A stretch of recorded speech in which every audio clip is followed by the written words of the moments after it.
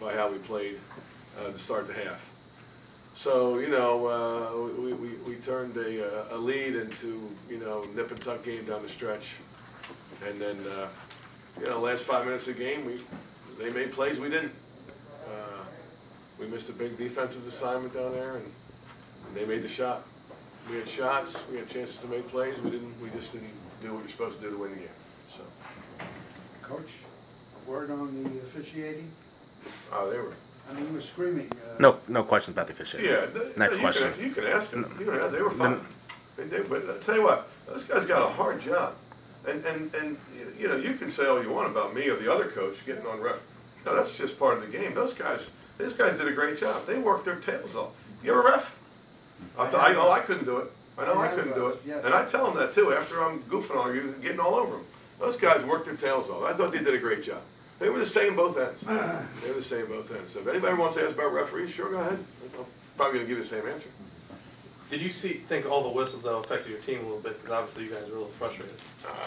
If it did affect our team, then that's another weakness we had today, because that shouldn't affect us, right?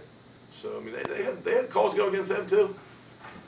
I mean, the one thing I'll say, this is not about referees, but the technical was bad.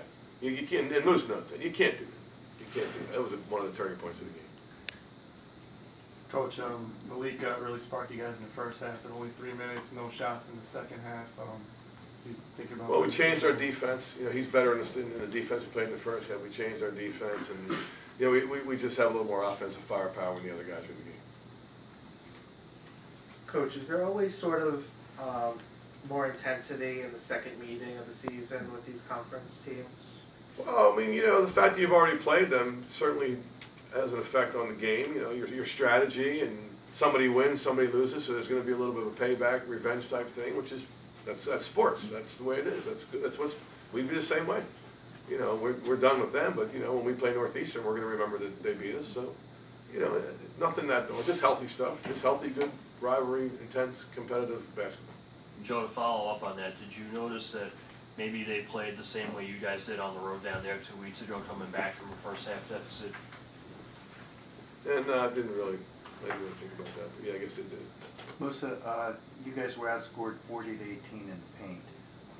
Is that what happens when this team has a bad shooting night from 3-point range, or should some of the perimeter guys maybe have looked to go inside a little bit more? No, I mean, it was just a bad defensive game for us in the paint as well, because we gave too many easy baskets for them going to the paint, bigs and guards, so we just have to play better collective defense. Moose, what happened when you got teed up? Were you just frustrated with the call?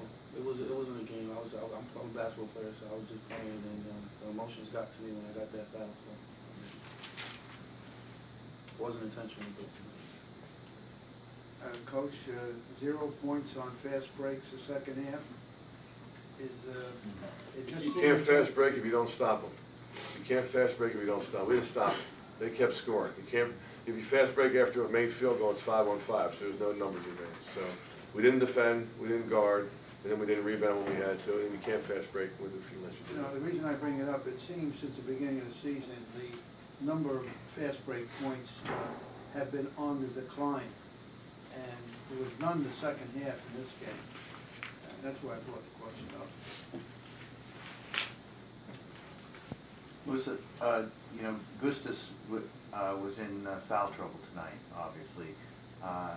How much did that hurt not to have another big body in there? I mean, it hurts all the time. When I was out, it hurt the team as well. But I mean, we had to play through it. And you got to learn not to pick up fouls, same as me.